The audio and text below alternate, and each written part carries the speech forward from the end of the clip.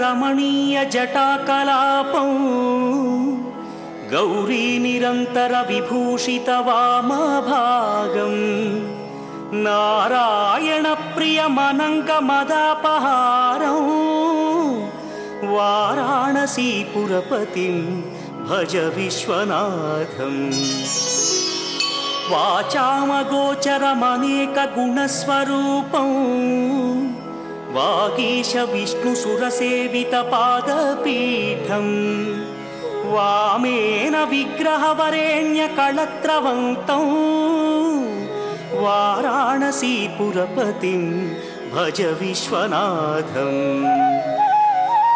భూతాధిపం భుజగభూషణభూషితాంగం వ్యాఘ్రాజినాంబరధరం జటిలం త్రినేత్రం పాశాంకుశాభయవరప్రదశూలపాణిం వారాణసీపురపతిం భజ విశ్వనాథం సీతాంశుశోభిత కిరీట విరాజమానం ఫాలేక్షణానల విశోషిత పంచబాణం నాగాధిపారచిత భాసుర కర్ణపూరం వారాణసీపురపతిం భజ విశ్వనాథం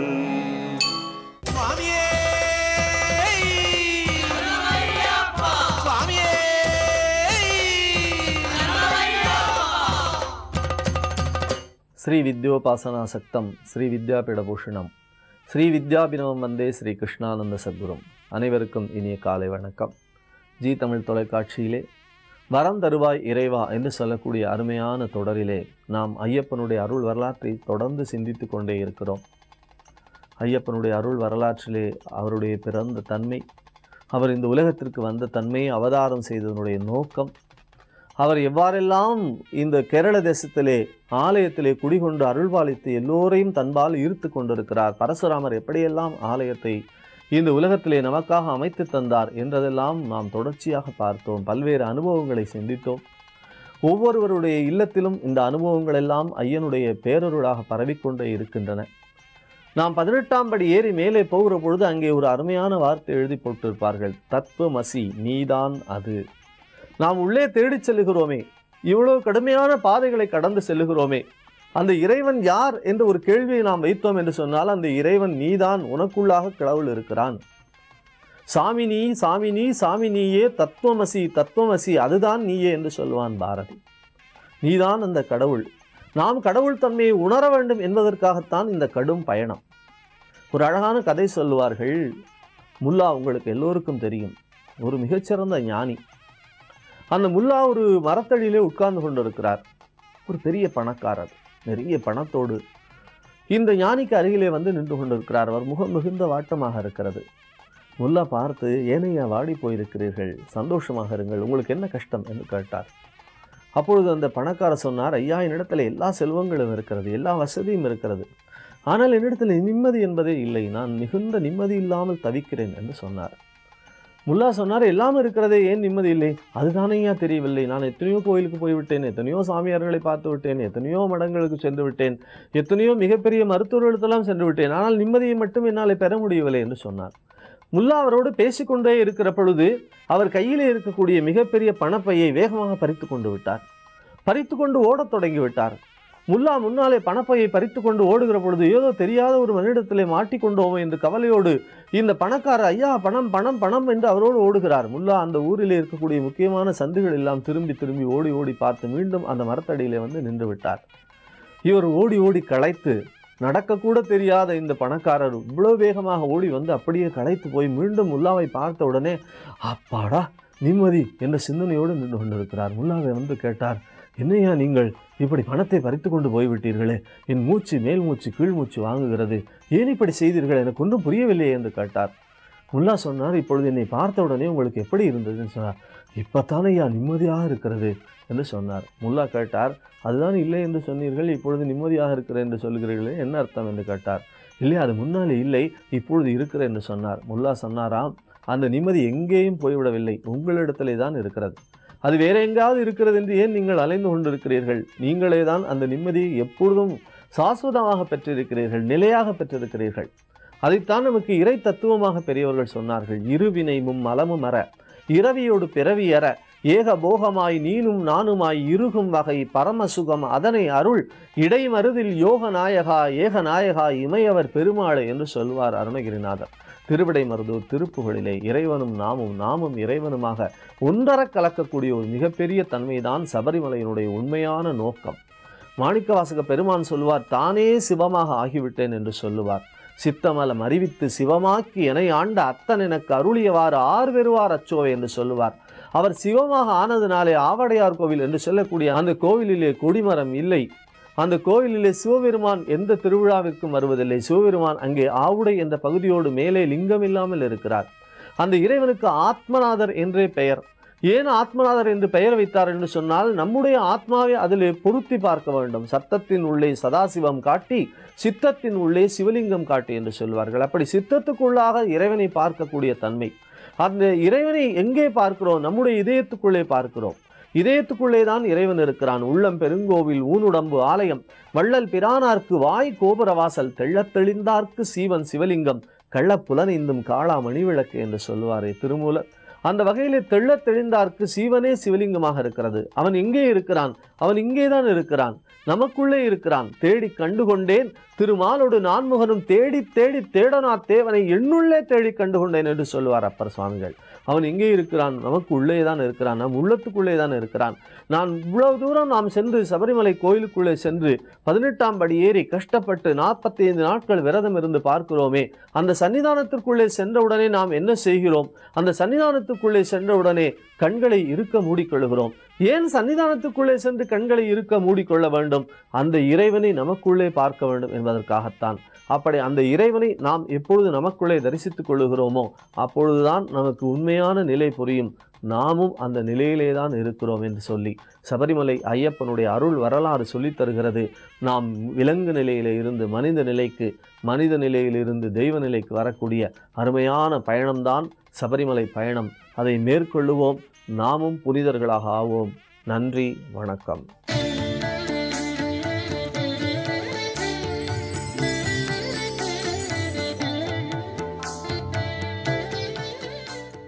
ஜீ தமிழ் தொலைக்காட்சி நேயர்கள் அனைவருக்கும் பி. சுவாமிநாதனின் இனிய காலை வணக்கம். தெய்வத்தின் குரல் நிகழ்ச்சியில் நம்ம காஞ்சி மகா சுவாமிகளோட அருட்கருணை நிகழ்வுகளை பார்த்துட்டு இருக்கோம். இது எல்லாமே எப்படிப்பட்ட நிகழ்வுகள் அப்படின்னா, காஞ்சி மகா சுவாமிகளை தரிசிக்கிறதுக்காக ஒரு குடும்பம் போகிறது, அல்லது அந்த மகானோட அருளை பெறுறதுக்காக ஒரு கிராமத்துக்கு போகிறது.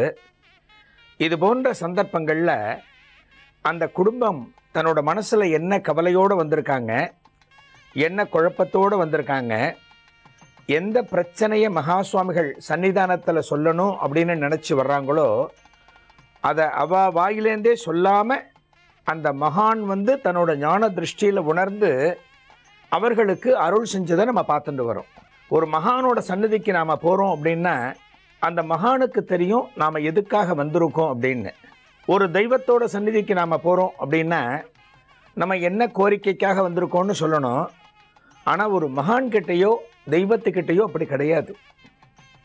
காஞ்சி மகா சுவாமிகளை அந்த மகான் இருந்த காலத்தில் அவரை தரிசிக்க வந்த அன்பர்கள் அத்தனை பேரும் தங்களோட பிரச்சனையை மகான்கிட்ட சொல்லாமலே அந்த கோரிக்கைகள் அத்தனையும் நிறைவேறப்பெற்று திரும்ப வந்திருக்காங்க. இதைத்தான் நம்ம தொடர்ந்து பார்த்துட்டு வரோம். அது போன்ற ஒரு உன்னதமான ஒரு நிகழ்வை இன்றைக்கி நம்ம பார்க்க இருக்கோம். சென்னையைச் சேர்ந்த அன்பர் வந்து சூரியகுமார்னு ஒருத்தர். இந்த சூரியகுமாரோட மனைவி பேர் விஜயலட்சுமி. இந்த 2 பேருமே காஞ்சி மகா சுவாமிகளுக்கு ஒரு அத்தியந்தமான பக்தர்கள். இவர்களோட வாழ்க்கை ரொம்ப சிறப்பாக அழகாக போயிட்டு இருந்தது, எல்லாம் நல்லா தான் இருந்தது. ஆனால் ஒரே ஒரு சின்ன குறை. என்ன குறை அப்படின்னா, இந்த தம்பதியர்களுக்கு குழந்தை கிடையாது, புத்திர பாக்கியம் இல்லை. வருஷங்கள் ஓடிண்டே இருந்தது, ஆனால் குழந்தை கிடையாது. என்ன பண்ணலான்னு பல சிகிச்சை முறைகளை பண்ணி பார்த்தாங்க, எதுவுமே சரியாக அமையலை. இந்த சந்தர்ப்பத்தில் சூரியகுமாரோட நண்பர் ஒருத்தர் சூரியகுமார்கிட்ட சொல்கிறார், இந்த பிரச்சனை உனக்கு தீரணும் அப்படின்னா யாரான ஒரு குருவை வந்து உன்னோட மனசுக்குள்ளே நினச்சிக்கோ. ஒரு குருவை பிரதானமாக எடுத்து நீ வணங்கு, அந்த குரு கிட்ட உன்னோட கோரிக்கையை சொல்லு, அந்த குரு தான் உனக்கு சரியான ஒரு தீர்வை கொடுப்பார் அப்படின்னு சொல்லியிருக்க. சூரியகுமார் இதை கேட்ட பிறகு கொஞ்சம் யோசிக்கிறார். ஆஹா, இதுவும் ஒரு நல்ல முறையாக இருக்கு. ஒரு குருவை நம்ம மனசில் எடுத்துப்போம், அந்த குரு கிட்ட நம்ம கோரிக்கையை சொல்லுவோம் அப்படின்னு தீர்மானிக்கிறார். எந்த குருவை எடுத்துக்கலாம், எந்த குருவை வணங்கலாம் அப்படின்னு சூரியகுமார் யோசிக்கும்போது அவர் குடும்பத்தில் வணங்கக்கூடிய காஞ்சி மகா சுவாமிகள் தான் அவரோட நினைவுக்கு வர.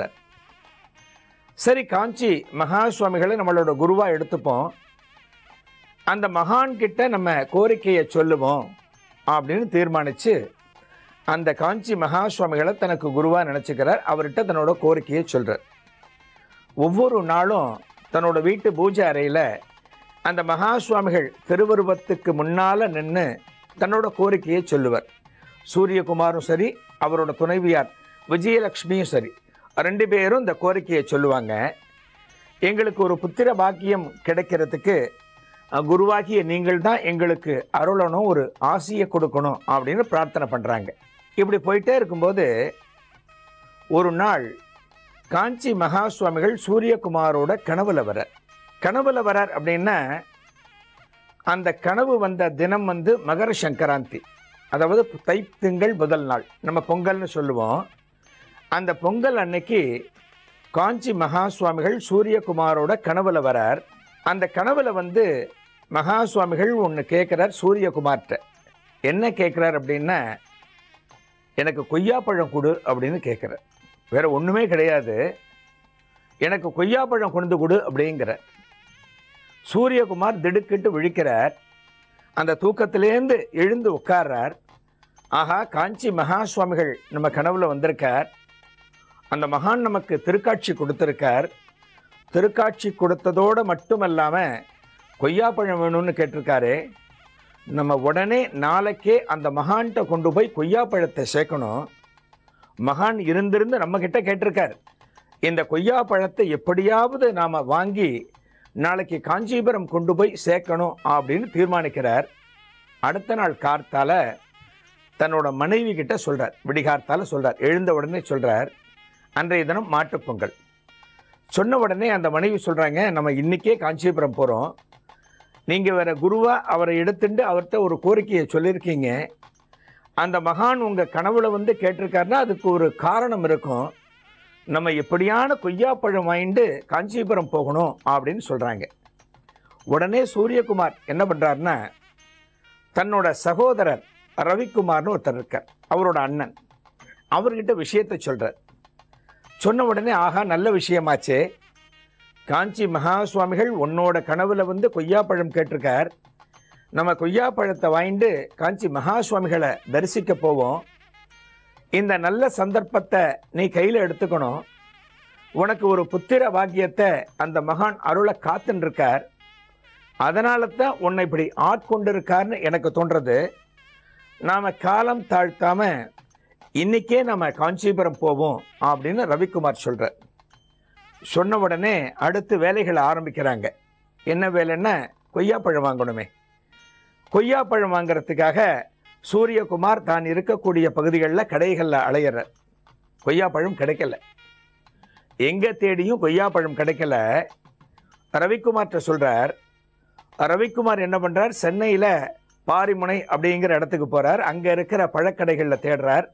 ஒரு இடத்துல கொய்யாப்பழம் கிடைக்கிறது. நல்ல அருமையான கொய்யாப்பழங்களை வாங்கி எடுத்துக்கிறார். வாங்கி எடுத்துட்டு ரவிக்குமார் தம்பதியரும் சூரியகுமார் தம்பதியரும் நேர காஞ்சிபுரத்துக்கு புறப்படுறாங்க. இதன் தொடர்ச்சி என்ன அப்படிங்கிறத ஒரு சிறிய இடைவேளைக்கு பிறகு பார்க்கலாம்.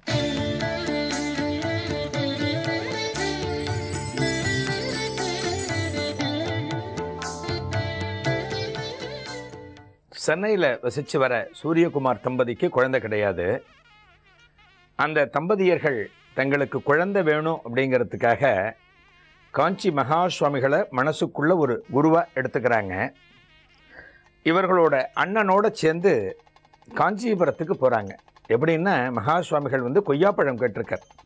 சூரியகுமாரோட கனவுல எனக்கு கொய்யாப்பழம் கொடுன்னு கேட்டிருக்கார். அந்த மகானை சந்தித்து அந்த மகானோட ஆசி வாங்கணும் அப்படிங்கிறதுக்காக கஷ்டப்பட்டு தேடி கொய்யாப்பழத்தை வாங்கிட்டு இந்த தம்பதியர்கள் காஞ்சிபுரத்துக்கு போகிறாங்க. அந்த கொய்யாப்பழம் இருக்கக்கூடிய பைய சூரியகுமார் பத்திரமா வச்சுட்டுருக்கார்.